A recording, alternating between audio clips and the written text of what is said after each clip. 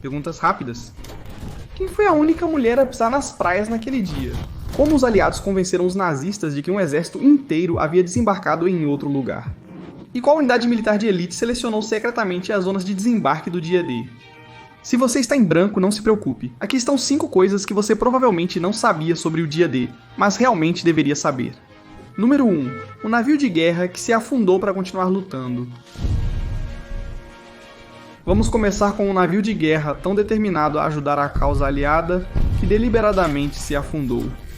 Conheça o navio de guerra USS Texas, uma fera endurecida pela batalha lançada em 1914. Um encoraçado da classe New York, ele era de ponta em seu tempo, sendo o primeiro navio de guerra americano com armas antiaéreas e sistemas modernos de controle de fogo, ferramentas que moldaram o combate naval moderno. Na Primeira Guerra Mundial, ele escoltou o presidente Woodrow Wilson à França para o Tratado de Versalhes. Entre as guerras, ele serviu como palácio flutuante para comandantes dos Estados Unidos e transportou o presidente Calvin Coolidge para a Conferência Pan-Americana em Cuba. Avance para a Segunda Guerra Mundial. Apesar de ter quase 30 anos, o USS Texas ainda estava em ação. Após grandes atualizações, ele se juntou ao assalto anfíbio mais audacioso da história. No dia D, ele estava estacionado na praia de Omaha, apoiando a 29ª Infantaria dos Estados Unidos e o 2º e 5º Batalhões Ranger em Pointe du Hoc. Seu poder de fogo era impressionante, 255 projéteis em apenas 34 minutos. Em comparação, na Operação Tocha no norte da África, ele disparou somente 300 projéteis em 8 dias. Mas seu momento mais audacioso veio uma semana depois. Com a linha de frente sendo empurrada para o interior, os alvos alemães ficaram fora de alcance. As armas não miravam alto o suficiente, então a tripulação tomou uma decisão radical. Eles afundariam o USS Texas de propósito. Ao inundar as bolhas de torpedo de estibordo, inclinaram o navio 2 graus, o suficiente para as armas de bombordo travarem e dispararem para dentro. Foi uma aposta insana, mas funcionou. Essa manobra audaciosa manteve o USS Texas na luta, permitindo que ele continuasse apoiando as tropas enquanto avançavam heroicamente em território inimigo. Número 2. Como os aliados enganaram os nazistas com espantalhos. Então o dia D não foi apenas uma invasão militar, foi também uma aula mestra em enganação. Na madrugada de 5 para 6 de junho de 1944, iniciou-se a Operação Titanic. Seu objetivo era enganar os nazistas, fazendo-os acreditar que as tropas aerotransportadas estavam pousando em locais incorretos. Entram em cena os Ruperts, aproximadamente 500 bonecos com paraquedas feitos de sacos de aninhagem cheios de palha. Com apenas quase 1 metro de altura, do chão pareciam reais o suficiente, especialmente quando alguns estavam armadilhados com explosivos que imitavam paraquedas autodestrutivos. Esquadrões especiais da Royal Air Force britânica lançaram esses espantalhos por toda a Normandia, principalmente ao sul de onde os paraquedistas reais pousavam. Perto de Cannes e Saint-Valery-en-Caux, alguns agentes do SAS saltaram com os Ruperts, instalando alto-falantes para reproduzir sons falsos de batalha, tiros, gritos e passos em cascalho. E funcionou. As conversas de rádio nazistas captaram relatos de paraquedistas fantasmas que não existiam. Em resposta, unidades alemãs inteiras como o 915 Regimento de Granadeiros foram desviadas das praias reais. Espantalhos falsos ajudaram a salvar vidas reais. Sem a Operação Titanic, talvez não tivéssemos as histórias da 101ª Divisão Aerotransportada. Na verdade, sem os Ruperts, talvez não houvesse Band of Brothers. Terceira, a única mulher presente na praia de Omaha. As praias da Normandia deveriam ser uma zona apenas para homens, mas Martha Gellhorn não se importava muito com as regras. Nascida em 1908, Gellhorn era uma corajosa correspondente de guerra numa época em que não se esperava que as mulheres fizessem isso. Aos 32 anos, ela já havia relatado da linha de frente da Guerra Civil Espanhola, morado 2 meses na Casa Branca e se casado com Ernest Hemingway, que logo percebeu que sua esposa se interessava mais por campos de batalha do que pela vida doméstica. Quando a Segunda Guerra Mundial estourou, Gellhorn relatou da Finlândia, Tchecoslováquia e China. Em 1943, ela cobria a campanha francesa na Itália, então veio o dia D.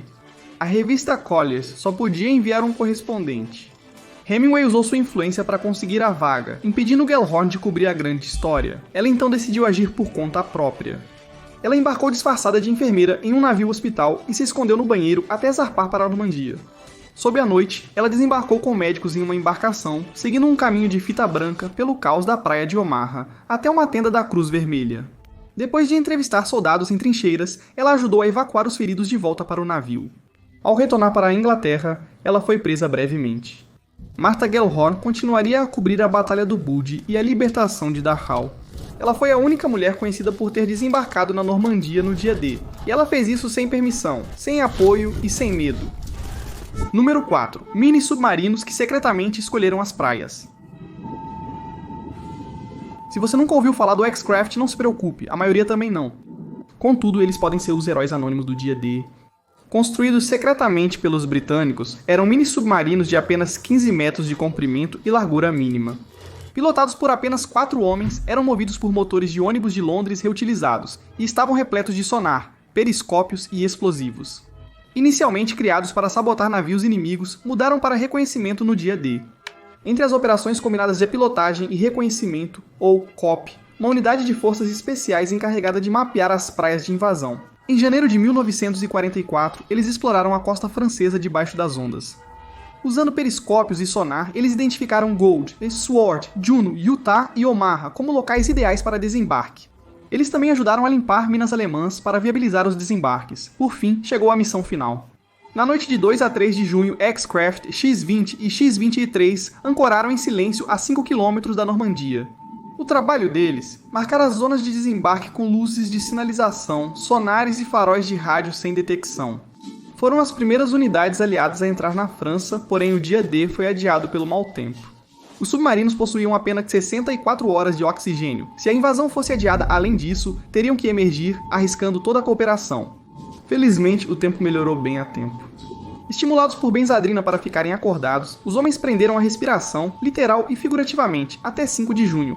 Sob a orientação deles, a frota de invasão alcançou as praias precisamente onde necessário. Atualmente, somente um X-Craft sobrevive. Ele repousa silenciosamente no Museu de Submarinos da Marinha Real em Gosport, mas sua história merece muito mais barulho. Número 5. O oleoduto submarino desconhecido. Uma coisa é invadir um continente. Outra coisa é abastecer os tanques, caminhões e aviões que mantêm o avanço. Participe da Operação Pluto, sigla para tubulação submarina. Os petroleiros eram lentos e vulneráveis. Então, em 1942, engenheiros britânicos tiveram uma ideia audaciosa. Por que não construir um oleoduto sob o Canal da Mancha? 2 tipos de tubos foram inventados. Os tubos Rise de aço e chumbo foram instalados por navios de colocação de cabos adaptados. Os tubos Hamel de aço rígido foram implantados usando grandes carretéis flutuantes chamados enigmas. Imagine uma bobina de costura de 60 pés de altura sendo arrastada por um rebocador. Os oleodutos iriam da ilha de White até Cherbourg, França. Mas o segredo era fundamental. As estações de bombeamento foram camufladas como vilas costeiras, fortes antigos e parques de diversões. Um cais de petróleo falso foi construído em Dover, para enganar a Luftwaffe. Máquinas de vento simulavam a construção levantando poeira. O rei George VI visitou o local falso para reforçar a ilusão.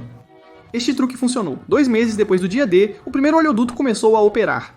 Eventualmente, 17 linhas entregavam mais de 3.500 toneladas de combustível por dia para as linhas de frente. A Operação Pluto foi um milagre logístico que ninguém viu chegar. E sem ela, o avanço dos aliados poderia ter ficado sem combustível. Literalmente. É isso.